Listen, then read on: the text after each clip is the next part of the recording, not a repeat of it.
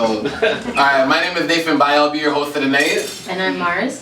You know, so basically we're gonna start it off with the land acknowledgement. We would like to acknowledge the land in which we live and operate. It has been a site for human activity for 15,000 years. This land is a traditional territory of the original caretakers who are Yuman, Wendat, Petun, Haudenosaunee, and Anishinaabe. We are on treaty territory, more specifically the dish with one spoon wampum belt, covenant between the Haudenosaunee and Anishinaabe. Toronto is also governed by the Toronto Purchase between the Mississauga of the new credit of the federal government. The meeting place is still home to many Indigenous people from across Turtle Island. But yeah, basically we're gonna start it off with open mic, but you know, like, let's make sure, like, I want the front filled up too, but I'm not gonna pressure you. I know there's gonna be more people coming in. But yeah, basically, me and Mars are part of a thing called James 3 Speaks, and one thing we go by is support local before global. In other words, supporting local artists before they arrive to that famous spot. So any artist who comes to bless the mic tonight, let's give them the absolute most energy.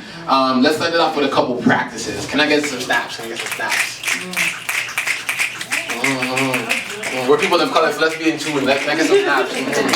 Okay. Can I get a I didn't really feel that. Can I get a You know, so if someone says a hot line today, you gotta give them a Mark, give me a small bar. Give me a small bar. Anything. Put me on the spot like that. A joke like even. I can't. You got nothing? Okay, no. I'm gonna give you one. You give me the Alright. McDonald's. 2 junior chickens, but I'm not junior. Okay. Never been a chicken, even when I was a junior. Did you guys ever see that rap video where the guy doesn't really rap? Yeah. It was that moment right now. It's like, but I'm not a rapper. It's more like a nyai. You can put that in there too. You can put like nyai in there too. You know, if you got different drums, you can get E. Yeah, you can get an E, or you can get a nyai. That's how you're feeling? I'm trying to get like you, fam. we can have all the Toronto typical slangs in the world or whatever, but we're also going to be talking about what the federal government can do to, you know, help black youth, help black communities, because obviously they don't do enough if we have to have this conversation, and with all that's going on in the world. So yeah, you know, let's make some noise one time to get the energy started. Not the energy to bit. How you guys feeling? Nice. Yeah, man, they're blessed, yeah? Okay, I like that. So first on the list, we got my man Miklo coming to bless the mic. Time is a bit tight, guys, so let's keep it down to 5 minutes, and if you can just do one poem, or if you can do 2 poems in 5 minutes, that's blessed. Everybody makes noise for Miklo one time. Did you find some answers? I said yes, but the church moved and I moved not in unison. I done tried, I done cried and tried for the mosque and church. Abraham, why are we different? The 2 fastest growing religions and I run without them. Even my blood doesn't run with me, but against me. I was a puzzle piece, and everybody that's gonna fit beside me, gonna be beside me. So I carried on, not feeling ways or phrased. Not feeling ways or phase, growing every second. My choice of words explains my intentions. See, a phase is a segment in time, and the ways are subject to change. As I grow and expand, so does my knowledge. Regardless of for what I went to college, I read through everyday normal books. My eyes allow me to see everything from a different look, and so my outlook be complex. Sometimes my light gets shrouded and clouded. My energy and vibe be disturbing, violent, perhaps confusing. Usually I take it as protection, whether for me or for you, today is not safe. I leave you a puzzle piece, and if you're gonna be beside me, to fit. Ooh, I messed up. Sorry, guys. I leave you a puzzle piece, and if you're gonna fit beside me, then stop worrying. For time is infinite yet limited. And before I was me, I was always me, but the atoms that hold me weren't packed so compactly. And one day this neat body that holds these atoms so compactly gonna wither away. But my energy will be here. Puzzle pieces fit exactly where they are. If you ever question your existence, just think about your roots, your parents and their parents, the distance. We're here in this room today together for a reason, whether for a season or seasons. My ancestors are nomad. My My ancestors were nomads, so excuse my frequent escapes. It ain't you, homies, it's me.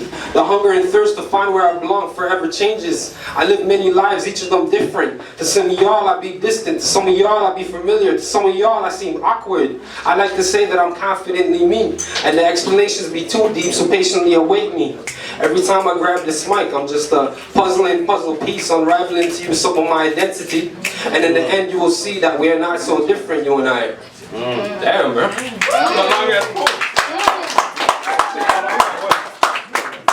Give it up for Nathan, who's up next? Nasra! Alright, give it up for Nasra! You blessed the stage for the first time tonight. All the way to the stage, guys. Come on, come on.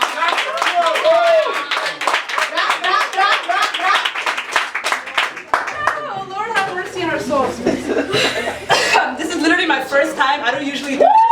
I'm an observer. I'm an observer, honestly. Okay. My first poem. I lost the other one. I don't know if I can find it. All right. Vulnerable places is where I see these familiar faces. Those who welcome me to the dark side where they reside with their hearts open wide and wallets empty for the ride. To be left dry, lonely, and tired. Everything exposed from inside, moved to the front of their minds. Strangers are only welcoming in the city when you are in the same vibration of wellness isolation. Take part of the harmful joy as togetherness makes less noise. Nor alarm to always avoid when you are stammering in the drunken void. That's all I have.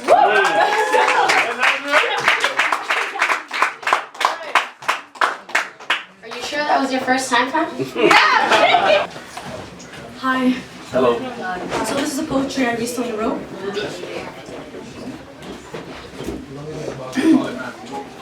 You are dying. Hope's gone, pain became strong, tears now became water that's overflowing, overbearing, overhearing, that's it. Life is here. When you focus all your internal energy and nothing but on a piece of paper, you went through the struggle of, but for what cost? Your health? I presume you're okay as you half smile, trying to show compassion, but you're dying inside. Focusing on attending to world desire to be the best, to seem the best inside. You're dying and you're crying. You become a drone to another individual, assuming you know the person and you need to be that person in order to be a person. But all you are is a drone waking up 6 a.m. in the morning to please this world, to feed this world. When you've been starving since the day you decided to put the wealth over your health. Walking around, you might as well be dead. You think you're living, but you're really dead, and you don't start living until you're dead. What will it take for you to realize that you're more important than them?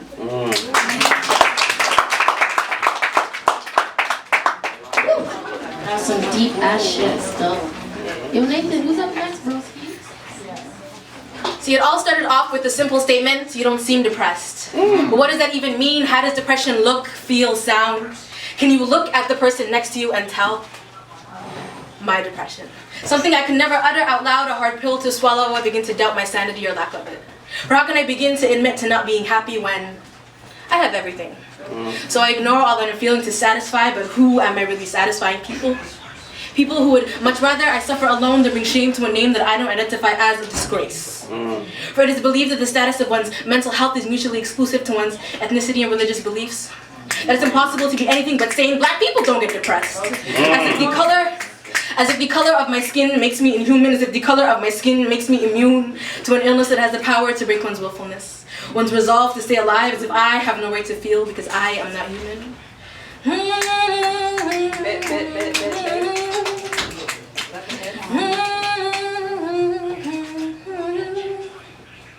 I'm sentenced to the worst type of imprisonment, left drowning in a sea of my thoughts pushed and pulled, dancing against the currents. I spiral round and round and round. I sink deep into my depression until there's nothing left but a lifeless body that the water spits out. A momentary calm before I'm taken back. Leave me alone. I see the words of disapproval that are plastered across their faces the only time that they acknowledge that I'm not okay. But sometimes acknowledgement is not a good thing, not when all they want to do is fix you, fix me.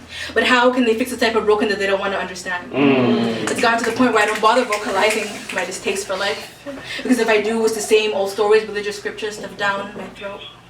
God is the answer, have faith and it will all go away. Now all you have to do is pray, so I pray. and pray, yet it seems my prayers remain unanswered. And slowly my faith in anything begins to wither. I no longer bother with prayer, convincing myself that there is no cure, that I am the problem. Leave me alone. Leave me alone. Leave me alone. To my miseries, for you will never understand. That's just a problem. You don't seem to understand that you cause more harm than good. That your refusal to admit that it's okay to feel to being human. That a learning is part of healing and growing. And I'm not saying that God is not the answer and prayer is not important. But the status of my mental health is not synonymous with my level of piety, making me unworthy of God's love. And though Satan does not control my mind, the color of my skin does not make me less than. I was not made to carry more, to hold in, to not explode, to suffer in silence. I will not suffer in silence. Now you should not suffer in silence. So the next time somebody tries to stop you from feeling, from being human, look them in the eyes and say, leave me alone. Leave me alone. Leave me alone. To my miseries, for you will never understand the true part of the problem. Just leave. Thank you. Alright, hello everyone. I'm back. I'm Jada, if you guys don't know me. I brought a couple of my friends here today that I met. They're from Calgary. They actually flew in last night for like this youth project that we're doing with Fatima from Rise, if you know her. Yeah, it's crazy. Anyways, I brought them here. I had to. This is a great place. A lot of culture and stuff. So I'm gonna share a new poem with y'all. Yeah. I hope that person is okay. I really hope so. Check for it, goddamn. Yeah, they can do it. Okay. Spin, you killed me. Okay. Anyways, yeah, Spin almost killed me on my way here, but I'm alive though. Easy driving when you see. Alright, cool. This poem doesn't have a title. I know I can't remember all of it, so bear with me.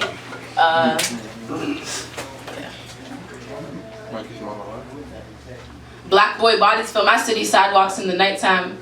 I watch my own brother's blood spread underneath a street light. How can you say fuck the police when you're out here doing the same shit? If this was slavery days, we'd all be getting hit with the same whip. You better treat each other like you was laying in the same womb. Killing each other like our ancestors didn't get here on the same route. Like we don't all grow from poor and oppressed roots. Like every day we don't all get stepped on by the same boot. You see, they say the good die young, so I gotta be cautious of the words I leave behind. You know you're really making it when you start to see less people who look like you. To little color girl with talent here to entertain a white room, told her to sing me the alphabet. Let me turn these letters to poetry. They tell me I'm making change. I did all this shit unknowingly. My black daddy says he's proud of me. Took so many years for him to say it. They tried to bury the history of my ancestors deep, deep, deep. Didn't know they planted an Afro-Indigenous seed. Just another color girl who grew from the thick James Street concrete.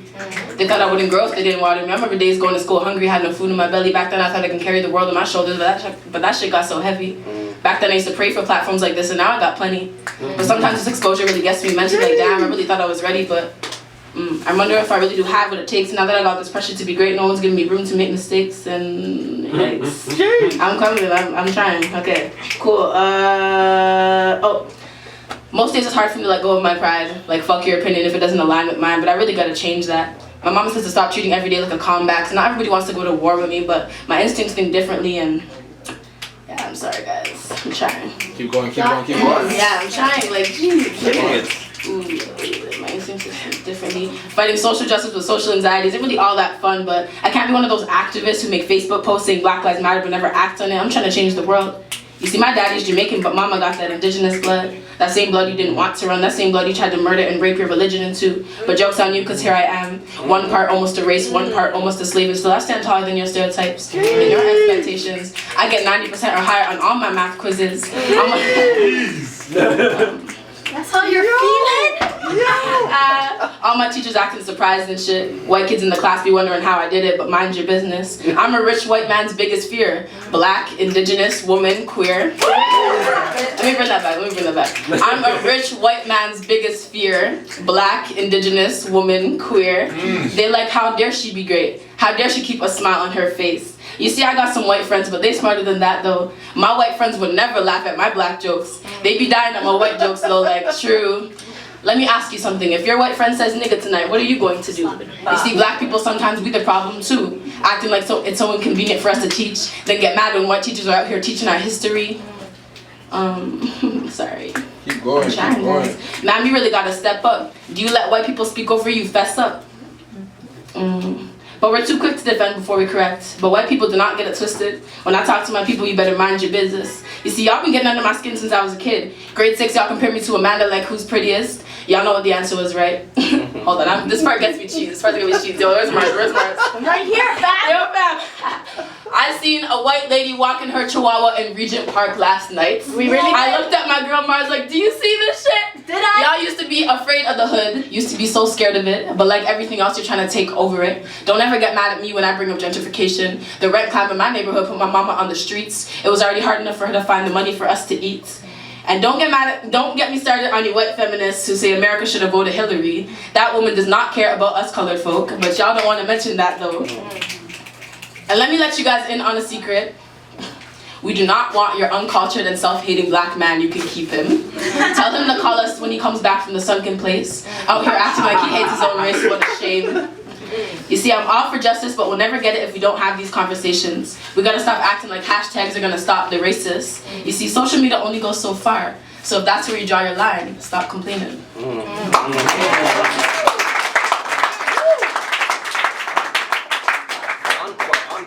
Encore. Let her go. Let her go, fam. Let her be great. Excuse me? Okay, anyways. I'm gonna do one more poem for y'all. They actually remember it, so that's gonna be cool. Sorry, I know he's trying to. Tupac said, You guys love Tupac. the darker the flesh, the deeper the roots. So why do I feel so connected? I wonder what's kept me so in touch with my black side and why I can write more poems about police brutality than dream catchers and genocide. Sometimes I stay up at night thinking about how half of my identity was stolen from me before I was old enough to fight back, or how my mother's mother tongue was ripped from her mouth before she could even speak. You see, my siblings and I, we were born into intergenerational trauma, immune to drugs and alcohol before we could even say mama. I abuse the fact that my native trauma is invisible when I write poems about gun violence and police officers to get a little too physical. I still have a dream catcher above my bed. I replaced it with a picture of Dr. King and said, my Indian roots run deeper than I'd like to admit. Grade 9, I stumbled into English with black poetry and an ST bottle full of Hennessy. When my stepdad left, I didn't chase after him. My sister cried for days and I just reached for the Appleton. Got drunk on so many empty stomachs. Mom calls him even convinced me to tell my rapist that I loved him. Maybe he would pay for my next bottle. You see, writing this, I feel all the emotions that I try so hard to bottle so you can understand why I keep this part of me to myself when I write for other people instead of my own mental health. Before my grandma died, she asked me to write a poem about her. Couldn't figure out what she could have possibly wanted me to say. That she was drunk all the time but loved us anyway. That she survived on breakfast and a 2-6 a day. That her mother and her mother's mother and her mother's mother's mother passed their dishes to me. That I can now never go to bed without a glass of wine to put me to sleep. My grandma died at the end of that week. No poem written by me dedicated to her. Think about this next time textbook history tries to tell you the only thing we ever did was trade fur. Think about the hurt and the pain. Think about who was here before all of you people came. Think about the invisible indigenous people that you walk past every day, who deal with intergenerational trauma alone and afraid. Think about us when you almost get that tacky ass dream catcher tattoo. Does it really even mean anything important to you? If they took you from your family and told you to call a stranger God, what would you do? You would turn to the needle in the bottle too. So grandma, this is my poem for you. My addictions have never been your fault. The blame is on the white skin that took you from your family and called your practice a sin. I know they don't deserve our forgiveness. Just because they now decided to call it Turtle Island. No land acknowledgement will give us our land back. They can't back up. They burn sage for negativity. They go earn them our approval. I wish I could smudge them away. There were orange shirts on the 30th of September. Couldn't even tell me the story behind the day. Saying every child matters won't take away the pain that you had to face. No matter what they do, our history isn't something you can just erase. There's no orange shirt in this world bright enough to shine light on the things that they caused. The things that don't wear a headdress and moccasins to poetry sound I'm not really indigenous. Grandma, I'm sorry, but there's no quick fix to this. And I'm sorry that I hide the other part of me behind my light brown skin, but I'm learning to be more like you. I'm learning to dig deeper to find my roots. I woke up this morning with my dream from last night so perfectly fresh in my head. I saw you, and you saw me, and you spoke so perfectly in our native tongue, and they were not trying to erase us anymore. No indigenous children being ripped from their families or hiding in other identities. I put my dream catcher back up today. Hung it over Martin Luther King's face. No longer black before indigenous, no longer keeping my half-blood hidden. This is who I am, standing here on our stolen land. My blackness and my indigenous roots will walk hand in hand. Thank you.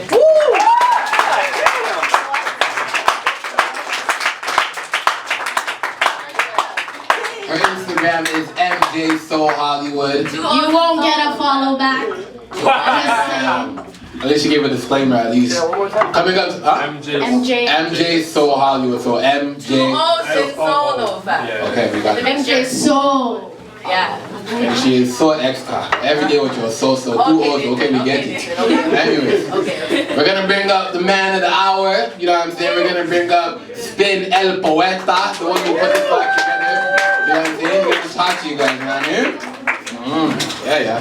Hey, yo, shout out the host, please. Nathan and Mars over here. Give them a round of applause real quick.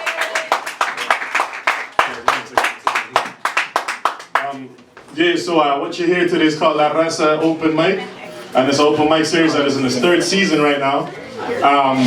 And what we did with it is we wanted to bring the Latin American community, the indigenous peoples of this land that we're guests on, and the African diaspora artists together so that we could all share and learn from each other. So the space that you're in here is called the Centro Cultural Latinoamericano, the cultural center of Latin American peoples. And so we're all together here as one. And I want to give Jungle a special shout out, a round of applause to everybody from our sites over here. Our featured artists, you know, Worlds of Wonder and Ram are in the house too, so shout them out as well because they're going to be blessing the mic. I have to run out and get the rest of the Calgary peoples that are waiting on me, so I'm going to leave and come back. So I'm hoping y'all don't get on the stage yet until I come back. I know there's some discussions coming up. And Mars and Nathan are going to introduce you to some very important people who made all this happen. But before I leave, I wanted to share a piece with y'all real quick that I wrote, dedicated to a brother, dedicated to the Somali community and dedicated to a couple of brothers that we lost. Y'all might know some of them. Canadians go camping to pass the time in the summer, but refugees are biding their time in camps through the summer, and those tents have a very different meaning when what's left of your life has become so demeaning that all of your possessions can be stored within. An orphan from Mogadishu seeking refuge in Yemen goes through hell and the Gulf of Aden to get in. No free Canadian healthcare waiting on him, and those camps are no fun in the summer, much less in the desert after your village was plundered, and lightning and thunder are the least of your worries. Meanwhile, Canada plays the role of the benevolent country. She might even welcome you in if she approves of your story, unless of course you apply at the visa office in Nairobi. Then it might take you a decade to get in, and when you do, you'll have to pay back the cost of your flight. That's right. That Somali orphan in Yemen will land in Canada with a $5,000 debt in plain sight. It's called the Canada Transportation Laws, right? But it's alright, because at least we got a great education. Well, except for indigenous people living on reservations, they receive $2,000 to $3,000 less in funding per child than the children attending the white schools nearby. The original people of the land that we're on are subjected to similar or worse conditions than those of the lands that we're from. Guatemala, Somalia, Palestine, or Iraq. And I once heard an 11-year-old child from Adawapiskat tell the world that he suffers from heart problems and eczema. He studies in an unheated portable and he's never seen a real school in his life. The temperatures get to minus 40 degrees freezing the pipes. How the fuck do members of parliament sleep at night? Adawapiskat, indigenous territory in northern Ontario, here in Canada. The country that welcomes the refugees, the same country that causes the refugees with its mining companies and foreign policies, blindly condoning Israeli oppression of Palestinians, while Barrick Gold invades Guatemala, displaces thousands internally. We watch our gold flow to the company. Oh, Canada, land of opportunity, nation filled with irony, future of uncertainty for those in need of harmony. Your very own soldiers from the Airborne Division violated and tortured Somalis, and many of them are now a part of my family, and tragically, some suffer the same violence here that they try to escape. Allahu Naharisto, Habdi Nasir Diri, Allahu Naharisto, Guler Amir, Allahu Naharisto. 3 young men taken before their time, taken before their prime, their parents orphaned an ocean away from their country and still afflicted by gunshots after all of this time. Oh, Canada, this Bill C-51 that you designed was a crime. Designating refugees to border detention, including the child, for border protection. Please, Canada, knock that racist bill off the radar. Own your own inequities. The need for humanity is greater than the power you gave to the Border Service Agency haters who hate us from Chiapas to Akwesasne, Gaza Strip to Soweto. This whole world is a ghetto. We would not have been refugees if you colonizers didn't meddle with our internal affairs. All we ever wanted was justice, and we never crossed the borders. The borders crossed us.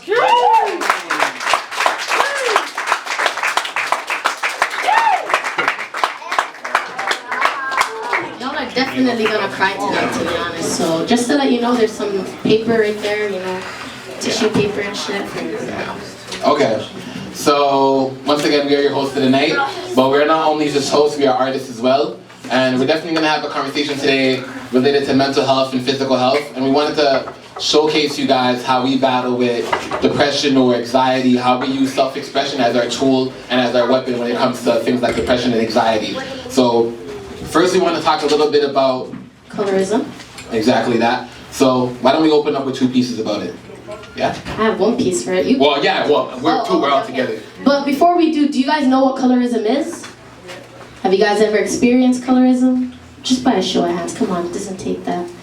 Yeah? So a couple of us. So colorism is basically, do you want to explain it or should I? Well, you can go back and forth. Basically, like, I feel like we learn about colorism indirectly or directly from birth. From birth, when it comes to being dark-skinned or being light-skinned, we just get the notion and the idea that the lighter your skin is, the better you look, and the darker your skin is, the uglier you look. We've created this, like the world has created this notion. Even now that I think about it, we've been doing this consultation in front of like middle school students and high school students, and what I realized is, when I was in middle school, and when they used to make dark skin jokes, the teacher never stopped it.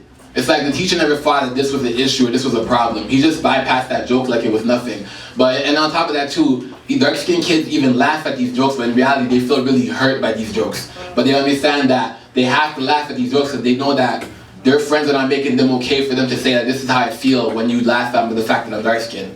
So that's basically kind of how I define colorism to me. It took me a while for me to fall in love with my blackness. Honestly speaking, I just feel like, you know, growing up, you grow up around so many like light skin cream, bleaching stuff. People bleach, people try to even avoid the sun to avoid to get darker. People just really grow up thinking that being dark skinned is a sin. And I've learned to combat that by reminding myself every day that the fact that I'm dark skinned is not making me less beautiful. The darker my skin is, the more beautiful my skin is. So it took me a while because all the jokes, all the negativity, all the bleaching that's someone if you're African, if you're Caribbean or whatever it is. But you know, that's what it is. So I'm gonna have Mars open up with her piece about colorism, and I'm gonna do mine so you guys can see the different type of contracts. And then yeah, let's do it. Make some noise for Mars one time.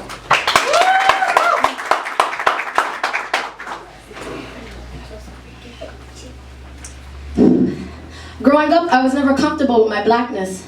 Being brought into the world as a black Muslim female, I was forced to adapt into a society that was dominated by Eurocentric standards of beauty. See, Cosmopolitan had no beauty tips for me because my 3C hair curls wasn't common for white people. So it was a problem. We were always the problem. Even with my friends. Many of my white friends do not understand my anger towards cultural appropriation, but then again, how could they? They were never told as a child that their braids made them look different. They were never told as a teen that their curls made them look lazy. They were never told as an adult that black was synonymous to not good enough, so I ask again, how could they? I've come to realize that society likes to silence women of color who speak up about the social injustices their oppressors commit towards them, deeming it as unimportant simply because it is assumed that there are topics more deserving to be discussed. And I ask, why wouldn't they? They refuse to understand that social injustices aren't in a competition of which struggle deserves more attention. Stop claiming cultural appropriation is an excuse for women of color to just be angry. Stop trying to silence women of color, denying them their voices to speak. Stop claiming to be our allies only to pick and choose what we can and cannot discuss. Tell me again how all lives matter when tucking in your child is an option while burying one is mine. Tell me again how blue lives matter when you can choose to put on a suit, but I have to walk around feeling like a burden because my skin color isn't one that suits your norm. How many more black dead bodies do we have to bury for you to realize we all bleed the same when your bullets pierce through our skin? They tell us black people are ghetto, black people are thugs, but it's your systematic oppression that has placed us in such predicaments. It's not all lives matter, it's black lives matter, black lives being murdered, black sons being killed, and black fathers. So don't police my anger, don't silence my struggle, don't hand me your hand in solidarity. I don't need to hear your white tears, your not all white people, your it's not all cops. You never cared about us. So it's time we take it upon ourselves to start caring for each other. Thank you. I fucked up. I've never... Go. So I guess I'll open up with my piece. To my dark-skinned women, being dark-skinned is not a dark sin. To my dark-skinned women, being dark-skinned is not a dark sin. There is so much light in your darkness. To my light-skinned women, you're not less black for being less dark. I hate when we divide each other because no matter what type, we're all black and none of us lack beauty. But to be real, dark skins don't hate light skins or envy to have the color of their skin for no reason. This dates back to slavery season. Why is it on Black History Month when they talked about Rosa Parks, but Harriet Tubman was kept underground? I said, why is it on Black History Month when they talked about Rosa Parks, but Harriet Tubman was kept underground? Here's the railroad I'm trying to show you. Light skin is the closest complexion to white, and television makes it seem like white is the definition of beauty. That's why so many bleach to get light, but unless you go through what MJ did, you'll never be white. Forget the lies television made you envision about your skin. All black is beautiful. Make some noise if you believe all black is beautiful.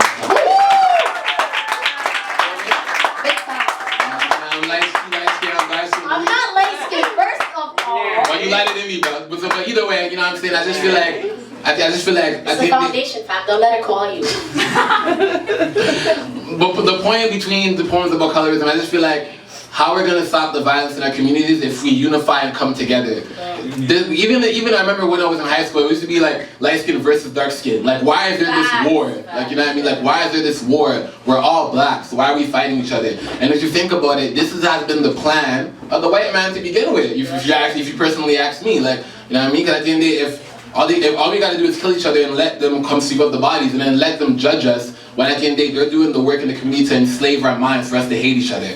So that's the way we wanted to just open up about colorism to let you guys know that all black is beautiful. So can everybody say all black is beautiful? All black is beautiful. On three. 1, 2, 3. All black is beautiful. Let it get louder every time. 1, 2, 3. All black is beautiful. 1, 2, 3. All black is beautiful. 1, 2, 3. All black is beautiful. Facts. Now we're gonna just slowly open up about how a lot of us, I know a lot of you guys are young here, so you know, things like depression and anxiety, they're not things that are spoken about in school. Honestly, I never even heard the word mental health in my high school. I never heard that word in my middle school. I never heard that word until I became 18 and 19, and I started battling with depression myself, which forced me to learn about these different elements. So we're gonna express how we battle with depression. So Mars. Why do I always have to go first? Want me to go first? Yes. Okay, say no more. Say no more. Okay. This is my battle with depression. My choice of weapon is self-expression. Some smoke sets to be blessed, but I ain't trying to smoke to escape my reality. The reality is we all battle with depression. My pen is what helps with my incarceration. I hope my pen got you locked like a penitentiary as I educate like elementary. Ever since elementary they taught math, this, that, but they never taught anything about how to deal with depression. That's why I find school pointless. Like, why is Black History only a month? Like the course of slavery only lasted a month. And why is Black History not a course? Are you afraid of educating kids on their history, so you only give them a month of their ancestors' misery? Why they make everything white? White Jesus, white Michael Jackson. How come Michael Jackson was the only one where the light go? I believe the world refused to let a black man be that powerful, so they set him up. Or maybe for the price of fame, he gave his melanin up. If that's what it takes to be famous, may I remain nameless. My name is brought up for a lot of controversy. The church thinks I'm too hood. The hood thinks I'm too church. Growing up between the hood and the church is toxic. The church will view you as demonic for not saying Jesus' name in each song. The hood will view you as a churchy for not calling a girl a bitch in each song.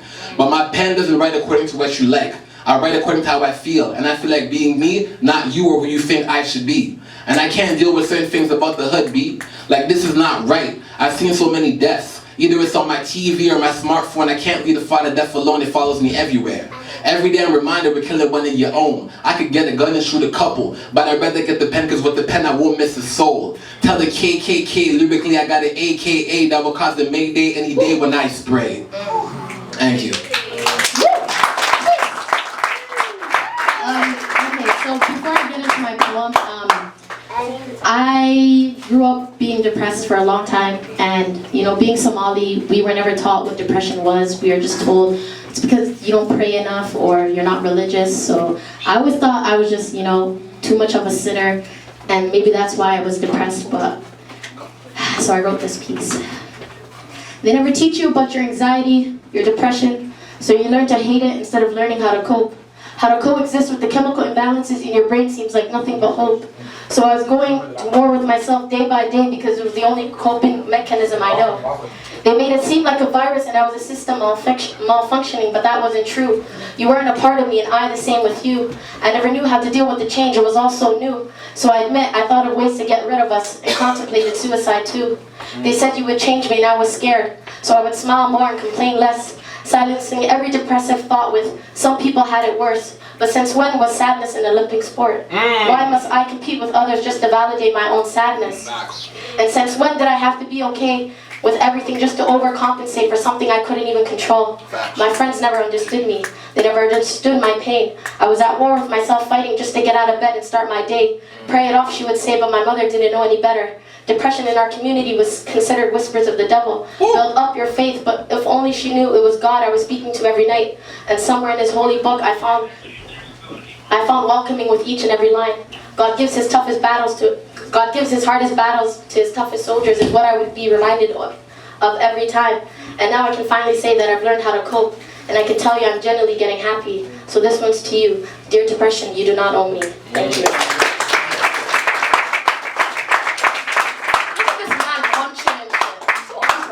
the poetry was soulful, but I needed food too, you feel me? So like, both are getting fed, you feel me? Honestly, yeah, I think what you said is real, you know what I mean? Growing up, I'm not somebody, but I'm Congolese. It was kind of the same thing as being African in general. Things like depression is, oh, you're just lazy. You know what I mean? Like, there's not really a conversation of, you need to pray more. You must have demons, or, you know what I mean? Even in church, I never even heard the word mental health going around, you know what I mean? So at the end of the day, like, I honestly think these are things that we need to do. But you know what? Even if it wasn't done for us, it's up to now for us to do it for the generation coming after us, for the generation right here. Because at the end of the day, we didn't really have these spaces when we were growing up. That's why we create these spaces, because we know how hard it is to deal with depression and anxiety, and being just told go pray or go to church, and nobody really takes you seriously until it's too late. At the end of the day, and I really hate when it's too late, because when it's too late, it's a sad, tragic moment that we had the chance to just conversate with someone. Asking a simple question like, how are you? How's your heart? How are you doing today? These things, people need to be heard. That's why self-expression is a tool, and that's why we're here today to just, fill this space. But can everybody put their hand on their heart one time? And everybody repeat after me. Thank you. Thank you. Thank you. Thank you. Thank you. Thank you. I love you. I love you. I love myself. I forgive myself. I forgive myself. I forgive myself. I forgive I myself. forgive myself. I forgive myself. The reason why I said that, I think, honestly, in life, people will do things to you, and sometimes you will do things to yourself. And sometimes you will put yourself in situations where you really messed up. And it's already hard enough to forgive the next person, so how hard is it for you to forgive you? But I think self-forgiveness is the most important thing, because you need to learn to forgive yourself for the mistakes, and you need to learn how to breathe, stretch, shake, and just let it go and just keep going. They'll keep plugging from afterwards. Breathe. Stretch, shake. Let it go. Breathe, stretch, shake. Let it go. With that being said, we would like to bring our sponsors up to just come quickly speak on the organization, and then we'll get into the consultation, and we're going to have our features of the night. So, if I can have Dahaba and Peter to come through. From Ottawa, and to my right here, my partner in crime is Peter Flagel. And so we've been working on a project called the Defy Project. And basically what that means for us is that in the last 7 weeks, we've gone to 6 cities across the country. So we've gone to, obviously, we're from Ottawa, so we started in Ottawa. We went to Montreal, went to Edmonton, Halifax. We came to Toronto a couple weeks ago, and now we're back, because we love you so much. So we came back to do 6 different sessions this weekend. So what I do, besides try to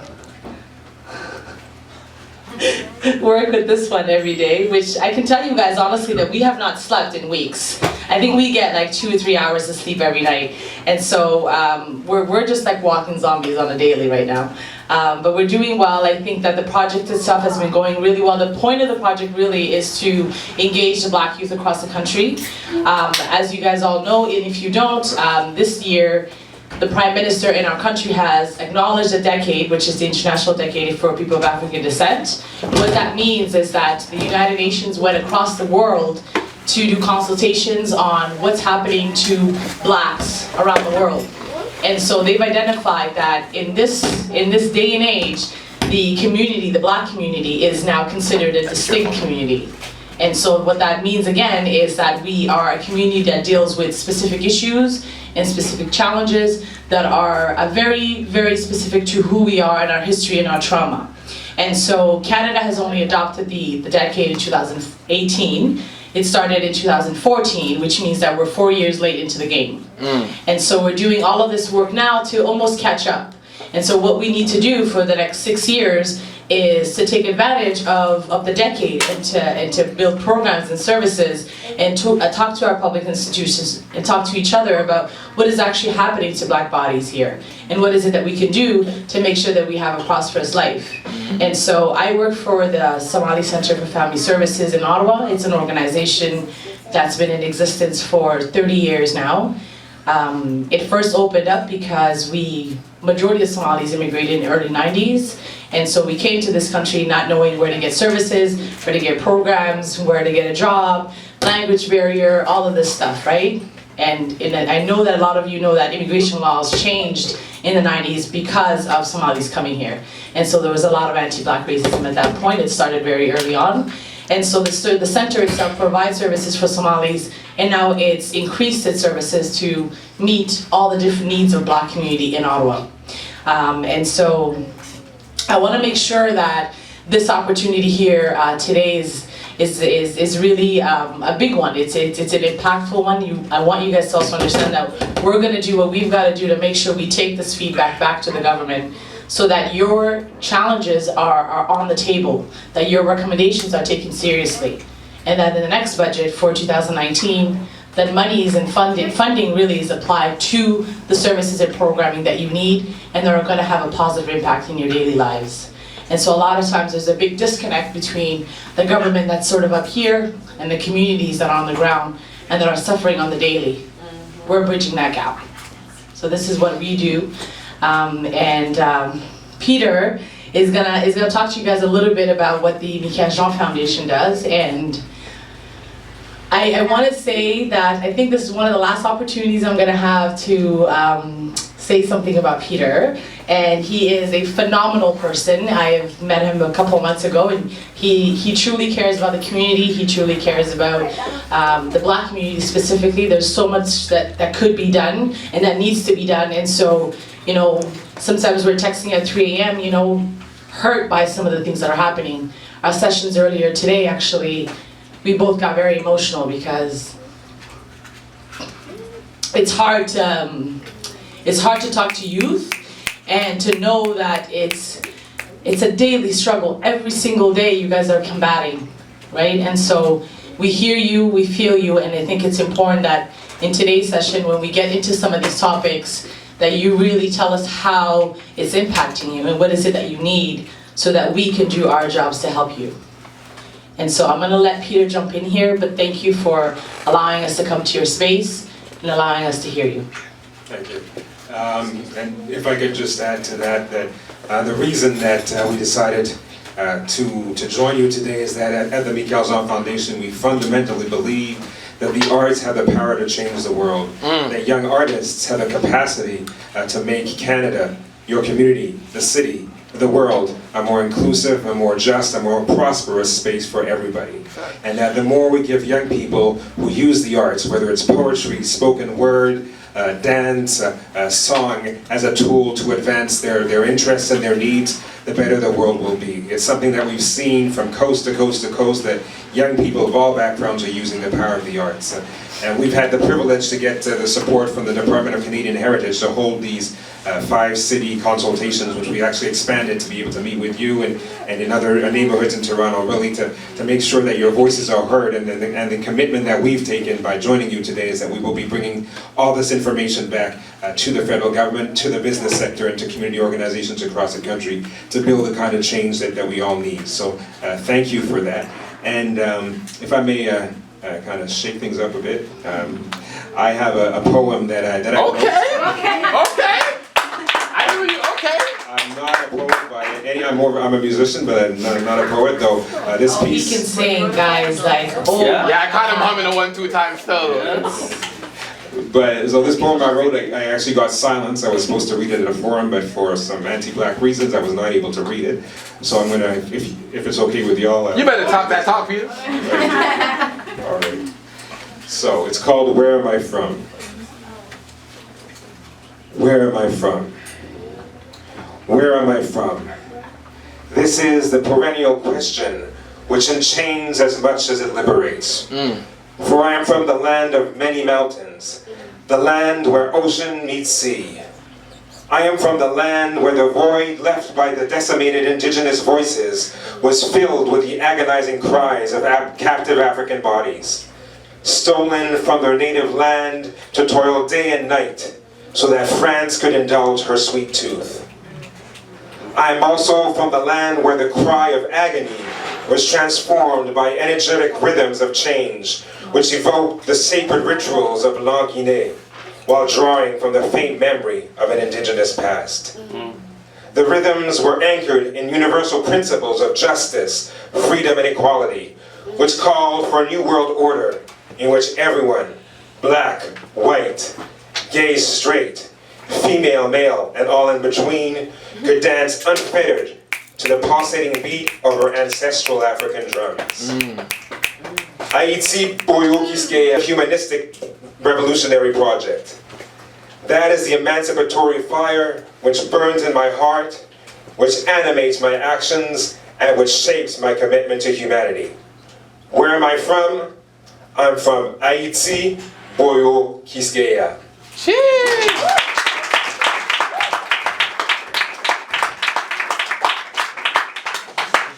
True. I know you like that. So the floor is yours. Thank you very much. Okay. With that being said, we're gonna go right into a 10 to 20 minute conversation about some of the questions that you guys see listed over here. And then after we go through that, we're then going to go through our features of the night, and then that's for a couple more open mics. So the first question I see is, what can the federal government do to improve access to justice for Black youth? And the thing that's important is our voices are powerful. You feel me? Like, our answers are needed, our voices are powerful. We have people that are going to go back to the government to say our answers to help us access what we need. So as we're asking the questions, I would appreciate if we could all engage, if we could all get into it. And yeah. And another thing I'm going to ask is if nobody can speak unless you're saying an answer to the question. Cool? Is that fair?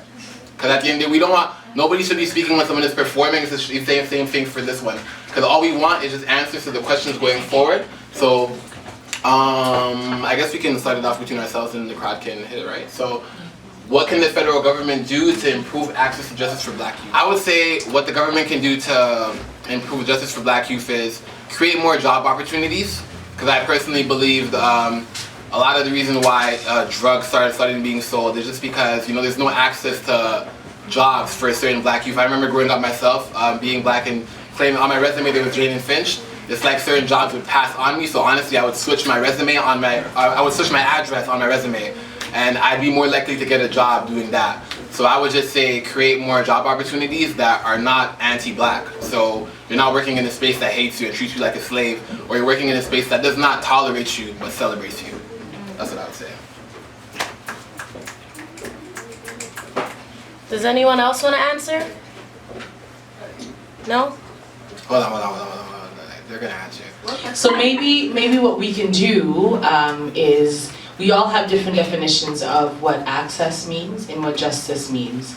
And so maybe what we can start doing is just giving ourselves the answers to what those words mean. Like, what does justice mean to you right now in your neighborhood, in your lives, at work, with your friends, with people that are not your friends? Like, what does justice mean to you when you think about it? Do you think about prisons? You think about, yes?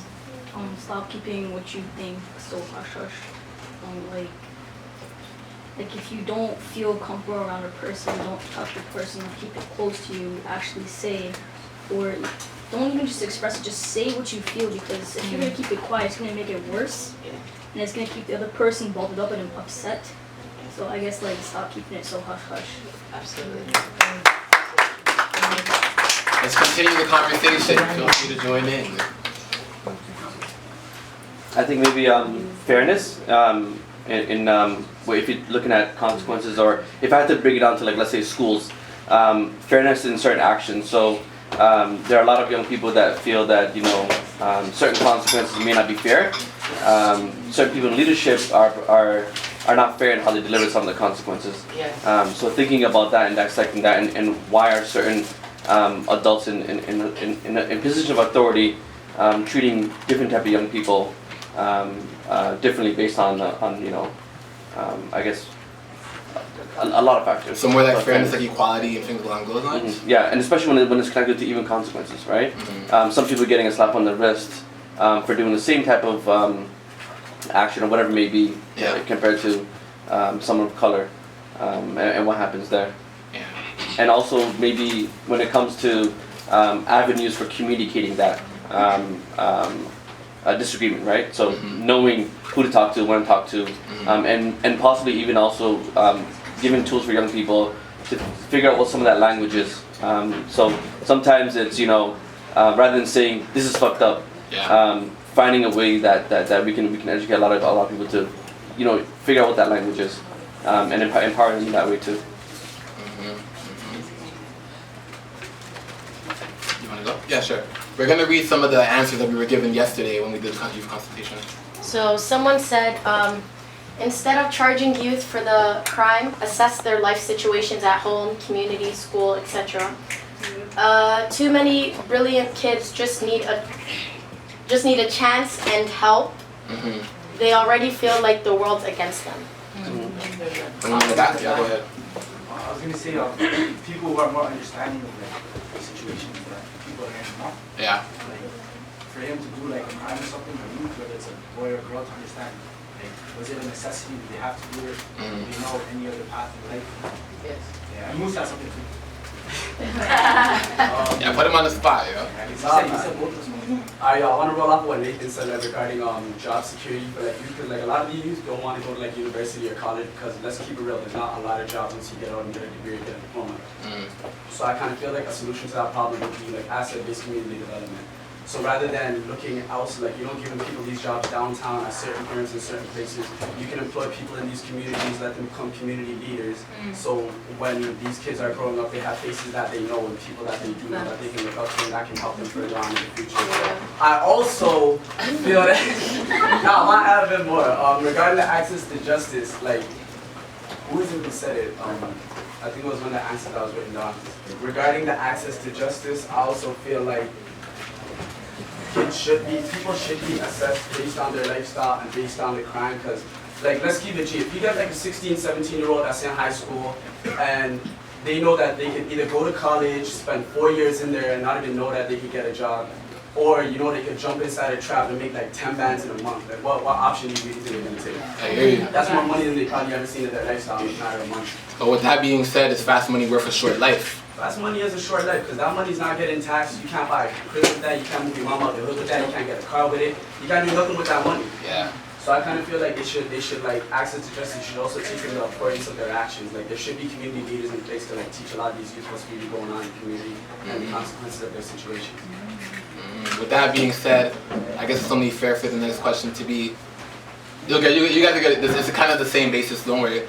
What can the government do to create more safety in, well, you guys do, okay. No, I just wanted to add something. Yeah. In terms of rights, I feel like a lot of people in low-income areas, they don't know their rights. Okay. So when like police officers come and they ask them or harass them, they don't know what to say. They get very confrontational. Yeah. So it's for us to educate our youth in terms of human rights. Just your right as a human being, right? Yeah. So I don't know if that answers the question. I don't know if you guys want me to elaborate. No, it's facts. It's facts. We have to know our rights. Answer your question, and you know what? I know that you're saying that it's, we can teach each other what the rights are, so that we're equipped to deal with law enforcement and other institutions. But you know what? The government should give you the funding to do that. We shouldn't have to be taking out of our pockets because the money that the government has is our money. It's taxpayer dollars, right? So that's a recommendation right there to give us funding to be able to provide those spaces for our kids, to give them it's education and awareness, right? So that's a really good answer. One of my answers for that was having actual lawyers consult with the youth and show them what the law is, the consequences, and tell them situations that they've seen what happened. Because if they relate the situations that they seen other youth go through, the youth will believe what they're saying more than like if an officer comes and says it or anything. So they should have, the federal government should have like consultations where they pay the lawyers to go in and talk with the youth, show the youth the law ins and out and stuff like that. There's someone in the back. Yes. No, you. Yes, you. And I kind of flipped the question on its head somewhat. Can I ask you guys what is the government will?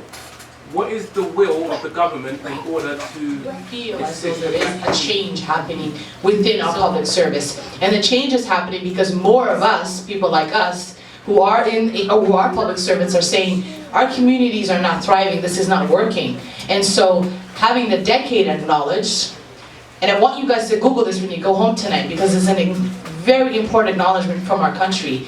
They're basically saying that we acknowledge that this community has been suffering, it has challenges. We acknowledge that there's anti-black racism. We need to be able to tell the stories of black bodies in order to address their issues. We have never had any prime minister in the history of Canada actually say the words anti-black racism. That's never happened. And I know they're words, but before you can even come up with solutions and recommendations and put in place policies and legislation that are going to have an impact, you have to put a language around it. You have to put words around it to say, this is what's actually happening, now here's what we're going to do. And so, trust me, we would not be up here, we would not be going around the country talking to black youth if it wasn't real. And so it's a very good question, because it's been a very long time that people have been waiting for the government to do something. So the decade in itself is the first absolute real thing that's happened, anyways, for me in a very, very long time, that tells us that we can now hold a government accountable. And I will say one more thing, in the city of Ottawa, and I don't know if people in Toronto have been doing this, but in the city of Ottawa, a lot of us have actually been going to the education board or the police board and saying, sign on to the decade. Because the minute you get them to sign on to that, you can now make your asks. As soon as, it's like a contract. You're basically telling them, do you believe in this? Yes. You believe that there's anti-black racism? Yes. They sign on to it. Now you can make all your asks. So this is what's happening now. The entire government of Canada, the country itself has acknowledged it. We're not just making our ask. They're telling us anti-black racism exists. So here's what we think you can do about it. So I think there is a will, just to answer your question. But Peter will probably answer. Yeah, just to add to that, I mean, the reason that both Dahabo and I are in front of you today, and this is going to sound really weird, is because of the government. The government decided to give us funds to organize these gatherings across the country.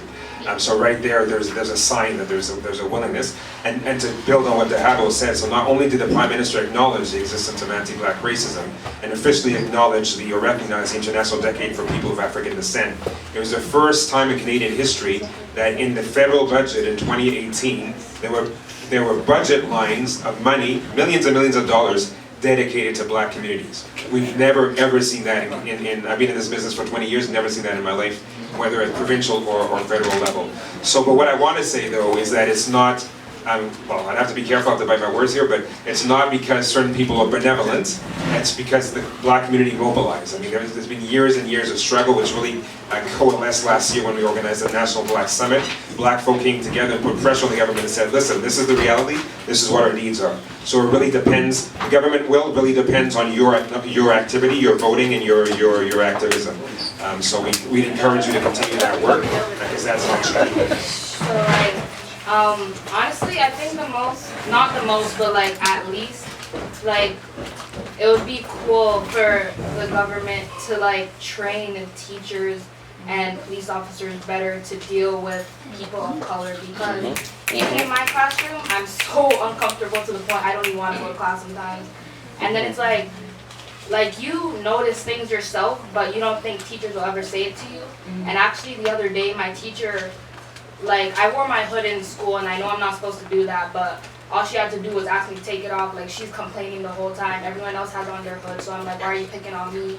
And she's like, I asked you, I didn't ask everyone else. And then, oh yeah, my school, white. Like, you can count the amount of black people on your hands, like I'm telling you. And then she says to me, you can war with me if you want to, but just know I'm the one who's gonna win. And I was like, oh. Yeah. I'm like, yo, I'll fight you. I'll girk you, dog. Hold you in your privilege. And then on top of that, the thing is, like, she'll have the worst attitude. She'll be so disrespectful, and I'm gonna return the way you talk to me. So if you're disrespectful, I'm returning that. And then when she sees that I return it, but in a more sophisticated way than she did herself, that's when she wants to change her tone and make it seem like I'm the one who started the problem.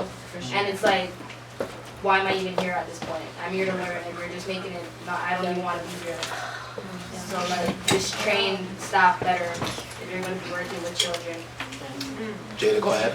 Yeah, I also wanted to add to that. Like, I totally feel that, because I feel like teachers, it's like to a point where they're uncomfortable when you say white privilege. Like, I say white privilege in class, and my teacher looks like I just killed someone. Like, how dare you say that? You know what I mean? And I feel like they're even so scared to say the word black. Like, they want to be like, oh, African, you know, Canadian. American.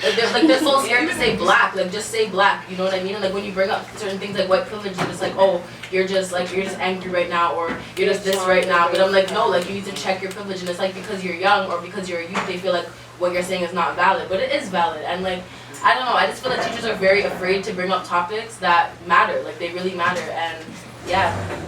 We do have 6 questions to go through, so don't worry, you will get a chance to get your answer The in. information that you're sharing with us today is going to go directly to the government. But the other thing that the information is going to do is to fit into this national strategic plan for the International Decade for People of African Descent. So last December in Toronto, the Michael Jean Foundation, the Federation of Black Canadians, brought together over 800 black leaders from across the country to build that 6-year plan that you're describing.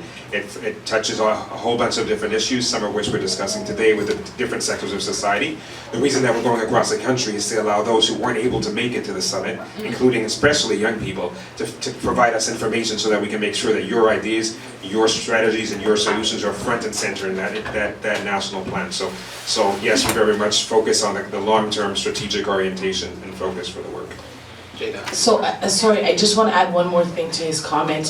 So right now, and I don't know if everyone has heard of this, but the Minister of Heritage is actually going around the country doing consultations on anti-racism, but obviously we're going to be focusing on anti-black racism. And so the strategic part of it is that there is a diversity and inclusion type plan happening in the public service. There's an anti-black racism strategy happening. There is this work that we're doing. There's all these pieces that's happening across, but we're trying to find a way to make sure that they all fit, because there's too many things happening all at once. And so if we're going to address the problem properly, we can't have it coming in from 5 different avenues. And so that's the part, that's the connecting the dots part. And so we're hoping to do that within the conversations that we're currently having. So thank you for bringing that up. I would say, like back to like the community part. I feel like in Toronto there's a lot of communities and a lot of us hate each other and we beef with each other. And I feel like while kids are still young, we need to bring them together. So whether it be kids from Jane and Finch and Regent Park and Scarborough, we need to get them in the same spaces while they're still young to not hate each other. Because what I've realized is I have friends from all over the city and all of us are dealing with the same struggles. But it's like all of us hate each other, not realizing that we're all going through the same shit. Like we're all losing people, we're all dealing with poorness and lack of food and lack of resources. So I feel like while kids are still young, before they get to that age where they start to pick up a gun or pick up drugs, I feel like we should all get them in the same spaces and talk and just be like, this is what we're all going through the same things. Because the violence within the black communities, within each other are still it's still very bad. And yes, white people hate us, but while the white people or the police officers are bothering us, we're bothering each other. And I feel like we all need to come into the same spaces, different hoods, different places, and just talk and realize that we're all dealing with the same struggles. So is it a question of space or is it a question of opportunity? Like, do you have the spaces in Toronto? Spaces, I feel like we can find spaces. There's lots of people, places that are willing to have black children, there are black spaces in Toronto, but I feel like it's the opportunity to get these people together, because who's getting them together? Nobody. Nobody. We're always dealing with things like, Jane and Finch problems, but then nobody talks about how there's 10 different hoods in Jane and Finch that all beef with each other. How are we going to deal with Jane and Finch problems? With Jane and Finch problems, there's multiple different communities within Jane and Finch, we need to get them together. As someone who lives in the Jane and Finch community and who has a lot of events, anytime I've ever had an event in the Jane and Finch community, I think, honestly, we have to take that risk and we have to honestly, just do it.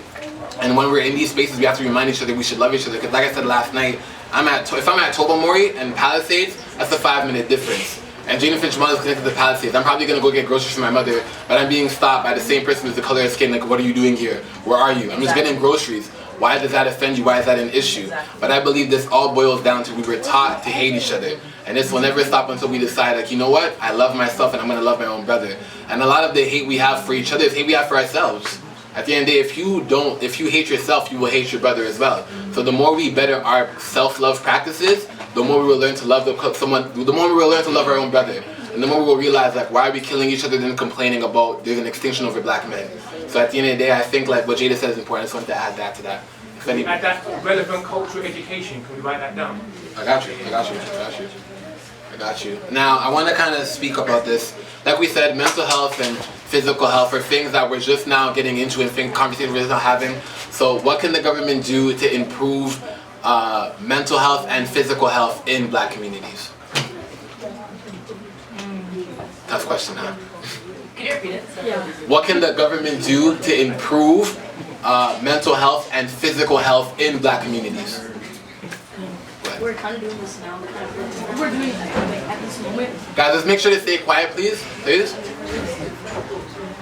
Go ahead, bro. What we're doing right now is what we should be doing all around. So talk about it. like Travis Spin, because he's like the one that helped for Scarlet Wood. He's the one that brought it and helped. So that's the one thing you should do, and the other thing is don't keep it silent, because that's the problem I have. I just keep like things I don't like and anger, keep it silent. Don't keep it silent, but talk to somebody, help it. Bring adults and children. I don't even like talking to adults, but like that is the thing You're you should talking be to doing. adults right now. I know, I don't like it. Yeah. I thought we had your good side. There's always that that feeling of being uncomfortable because you're young and they're like older than you. They probably experienced, but you. I can learn from you and you can learn from exactly. me. You don't really see it until like you hear about it. So have a group, talk about it. Have your own community come together. Like, don't just keep it by yourself, because that's the problem that we all probably have done before this whole gathering, I guess. Go ahead, Jada. Also, before the government can deal with it, I feel like black parents from the Caribbean need to come together, because in a black home, it is not normal to be depressed. You're sick, there's something wrong with you. Like, we need to get black parents to be talking about these things. Like, just like this, there should be a lot more black parents in the room, because they need to understand that depression is normal. It's okay. Like, it's okay to be sad. Like, and the thing is, black parents, they just think there's something wrong with you. Like, they don't want to like deal with that. It should be okay to put that in a black home. And so I feel like black parents need to come together and, you know, just talk about those things. Yeah. Also, I've learned to understand I can't really blame my parents or judge my parents, because they're raising me. Yeah, they're raising us according. Struggles back home, but they need to realize where we are now. Yeah, they're raising us according to how they were raised too. For sure. So. Can we have Yeah, go ahead.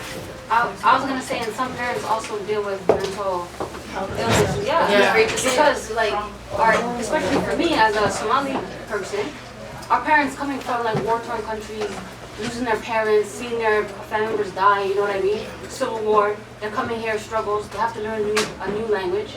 Raise their kids in a, you know what I mean, in Canada, where like, you don't know if you're Somali or Canadian or somewhere in between, and it's like, we have to educate them to help us. If that makes sense. I feel like, sorry, yeah, I feel like honestly, like educating our parents is actually the key, because I feel like with my mom didn't even know she had depression her goddamn self, and it was just like she went on days in like just in bed and whatever, and she just thought she was sick or whatever, because she wasn't motivated to get up and go. And my mom's a single mother of 6 kids, so it's just like, if she's not getting out of bed, there's no food on our table. So it's like, my mom didn't really know what it was, and she would see me, and a lot of times when our parents are depressed and they don't know what it is, that puts a lot of pressure on the kids.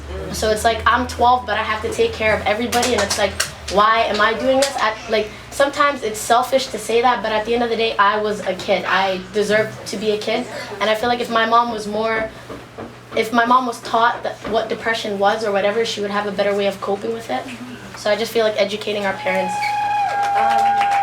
Patiently waiting for your people. We got some bomb dancers that are coming. For the dancers, we need to get the music to the back to the computer to plug in. But first and foremost, I'm honored to have our brother and sister, Worlds of Wonder and Ramla here. We're gonna play a video for you that really impacted me. It moved me a lot.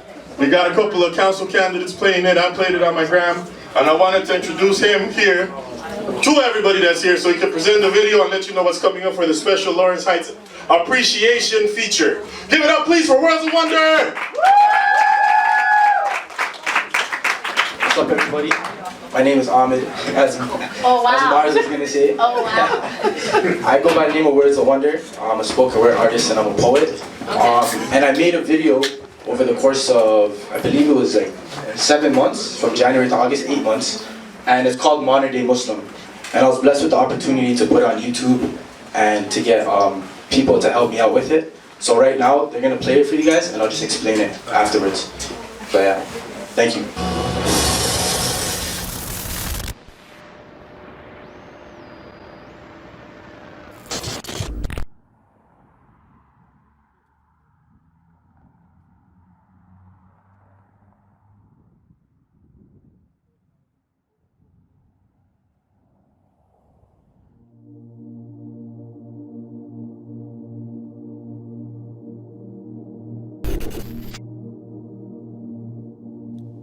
Don't you see how the media degrades us? Not a game, but they steady play us. Terrorism, that's the reason they want to make us famous. I'm trying to remain patient. Sometimes it gets to me. In June, a girl was kidnapped and beat to death at age 17. Doing something as harmless as walking home from a mosque. She'd probably get more attention if it was a synagogue. I pray for her forgiveness. I can't imagine what her family's enduring. I have 3 sisters myself. God forbid if something happened to Shirley, my heart would break. I'd go out to find the one who did it. Have motives to retaliate and make their lives finish. Pray every day I'm not faced with this kind of image. And also pray these victims are all forgiven. Around the same time in London, a white man ran over Muslims coming from prayer. I seen it on the news and not even a day later. They claiming it's not hate crime, but rather revenge. For the other attacks in London, he wanted to avenge other victims. And although the man they had to apprehend, it's bound to happen again. The media ain't our friends. And most recently, my home country was faced with terror and demolition, leaving many bodies detached beyond repair, forget stitches. So many witnessed in their vision their loved ones stop living. Put yourself in their position. Imagine viewing an image that's so livid and twisted and disturbing. I'm yearning for God to show them forgiveness. They only show the terrorism of people who are of Muslim faith. Such a disgrace that they think a whole religion carries such heinous character traits. A religion which is fastest growing internationally. If we taught terrorism, believe me, there'd only be catastrophes, funerals and casualties, killings done casually, taking all happiness and ruining all families. Everywhere around us, Muslims are disrespected, judged and neglected, associated with weapons. Terrorism and danger, that's the label we received. They drop bombs on our homes, then get angry when we leave.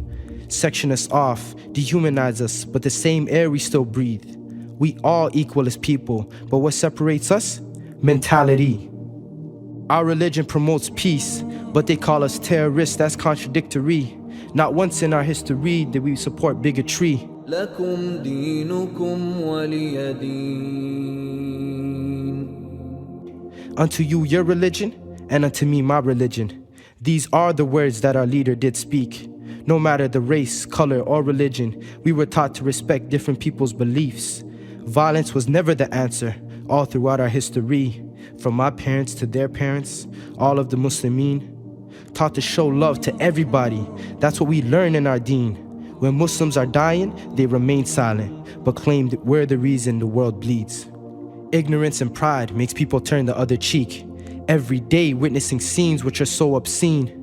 Fake all around us Muslims, it's hard to believe. We live in a nightmare just to chase our dreams. But God's still watching over us, it's time to unite. Instead of fighting each other, let's use our weapons to fight. For each other, for our mothers, every Muslim in sight. Nobody's guaranteed to see another day of light.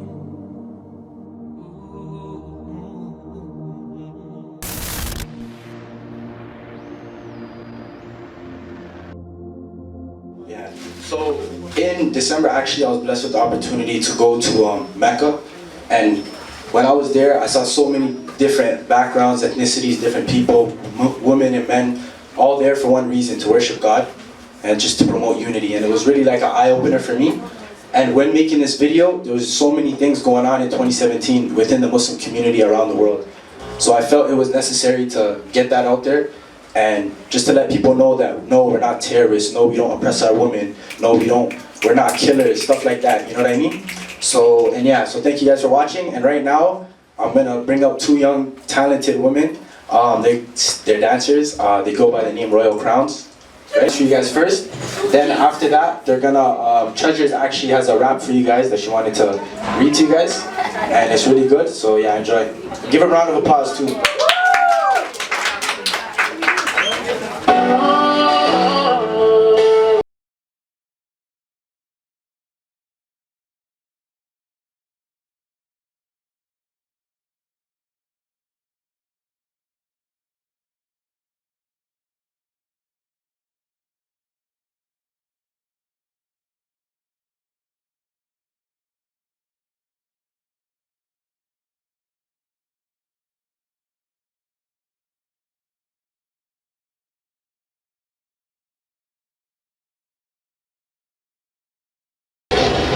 I don't ever slow up, no I don't take sh**. I got no love for the fakeness. If you wanna play tough and wanna hate this, I'll always show up. I don't ever slow up, no I don't take sh**. I got no love for the fakeness.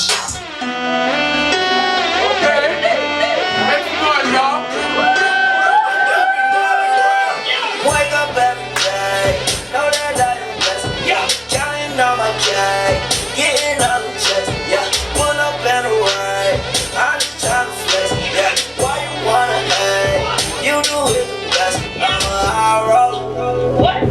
Yeah, you know I'm a high roller. Hey. Yeah. Hey. Yeah, you know I'm a high roller. Yeah. Yeah, you know I'm a high roller. Huh? Yeah. Drive it like I stole it. Double parking stick, you better not talk it. Yeah.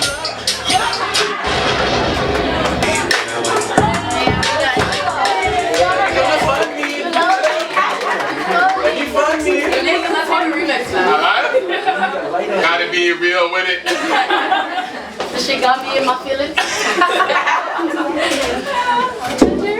Go. Jungle is my home, my city, my community, where I've grown bigger than the sky dome, second biggest in Toronto. We go to center points, see all our staffs are happy, place that last. It's like a jungle sometimes, focus on important things, trying to survive and staying alive. L-O-V-E, love is a prize, wake up every day hoping we win that prize. Yeah, it's like a jungle sometimes. It's like a jungle sometimes. From 1955, we started from the bottom. Jungle's still alive, my people know I've got them. Grew up in the jungle, living was a struggle. Never knew I would be growing up so humble. It's like a jungle sometimes. Flemington, Lawrence Heights, up to JPCI. I keep my head to the sky. Lawrence Heights, such a beautiful sight. And everywhere I go, I see construction sites. Yeah, it's like a jungle sometimes. A girl of many talents. Okay, so without further ado, I will get the last feature up. She goes by the name Rumla, and yeah. Actually, let her brother introduce her. Obviously, I didn't do a good job. My bad. So yo, stand up. Come here. Stand up. Just try to sit down. This is one person. Right back. I'm taller than her, but she changed my diaper. She helped raise me. She's the only person, the first person to tell me, yo, go do this poetry thing. Don't worry about what other people say. Shoot your shot when I was 14, 15, first writing. So it's a blessing just to both be standing here, 30 years. First of all, she looks way younger than 30, so give her a round of applause.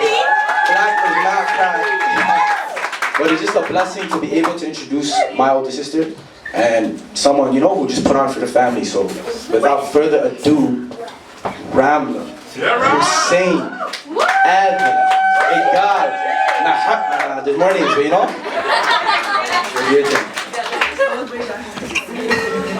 Hello everyone.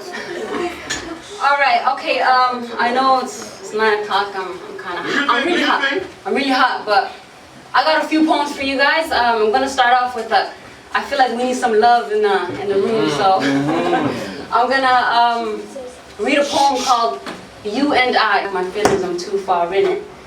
If you give me your all, promise I'll show you double the love like I put 2 hearts in it. Yeah, I like that, okay. Like I put 2 hearts in it. I want to be able to tell you my dreams and fears without you making a judgment. I want you to really get to know me without you making adjustments. Without you making adjustments. Because to open up completely is to understand strength's true meaning. Until then, I'll be reminiscing, you and I dreaming. Living in the hood comes with a lot of mental pain. I've seen sunny days, rainbows, and a lot of rain. 6 shots to his head, pavement full of brain. So much lost around, it's hard to focus on the game. But nothing comes easy. Life is full of obstacles. Storm when the sun shines, rainy days in the tropical.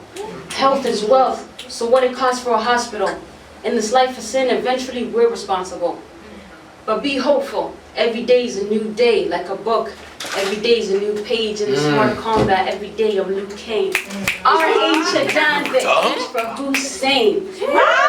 So, When you're surrounded by hardship, try to turn a negative into a positive. Mm. Speak the truth, you know, the opposite of politics.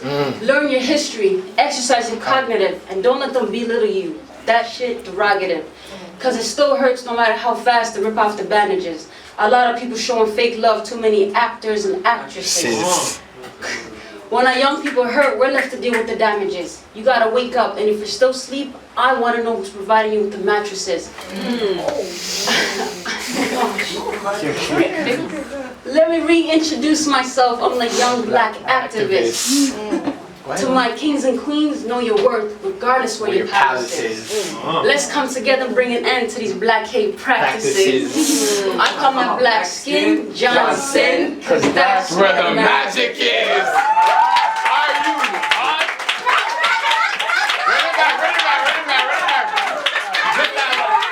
I came here. So I was basically born here, but I can hear the struggle and the hurt from the horn here. My people are dying every day, so we're torn here. And if I could show you my heart, I swear to God, you'd be showing tears. But we stars though, no red carpet needed. But when it comes to hurting ourselves, guilty's how we pleaded. Even in hard times, joyful's how I see it. And don't just pray for change, first you gotta be it. In peace and harmony, it hurts not to go see my motherland. The only memory I have is a picture holding my mother's hand. And a great leader is one who sees no bias. They keep their heart clean and please be righteous. Because yesterday's mistakes can be tomorrow's greater living. I mean, own up to your mistakes and plan for a greater living. But only God can judge, so leave it to Him, the most forgiving. I'm just saying no star should be existing in the conditions they live in. Violence is never necessary, so please bring the bloodshed to an end. The same brother you just killed, you once called your friend. The loss of a loved one destroys the heart, so no way you can mend. I'm talking real life scenarios, and they still live and pretend. And who are we to judge and classify your own? By their tribe. Brothers and sisters, put your differences aside. Let's move forward and leave our differences behind. Fast forward to the good part, and never ever let the sadness rewind. But everything happens for a reason. God made us different purposely, so we can show each other love, honor, and common courtesy. One shot to the chest, but they ain't lucky as Curtis B. And honestly, the lack of love is what's really hurting me. Hear this? What? See, every time. What's really hurting me, so please don't feed the hate to the younger offsprings. Once that sets in their hearts, they won't be able to bounce back like soft springs. And with our country hurting, we're hit with a drought. So now tell me what's the fuss and fighting really about?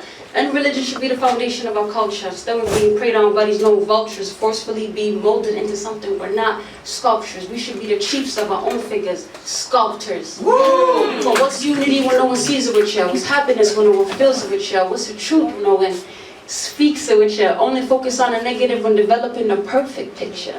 So pride, let my people go. I want to let my people know that the struggle was sometimes slow.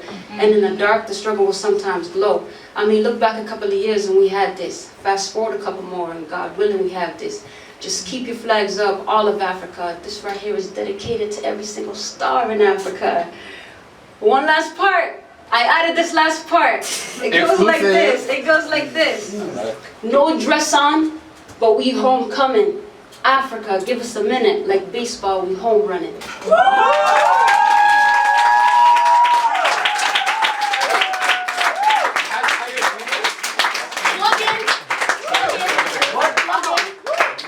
Okay.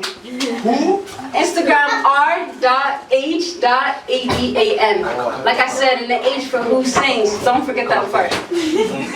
Anyway, thank you guys.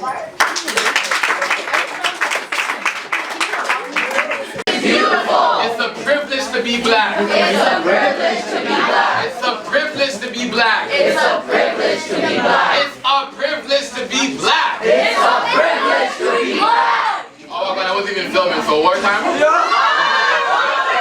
Black is beautiful. Black is beautiful. Black is beautiful. Black is beautiful. All black is beautiful. All black is beautiful. It's a privilege to be black. It's a privilege to be black.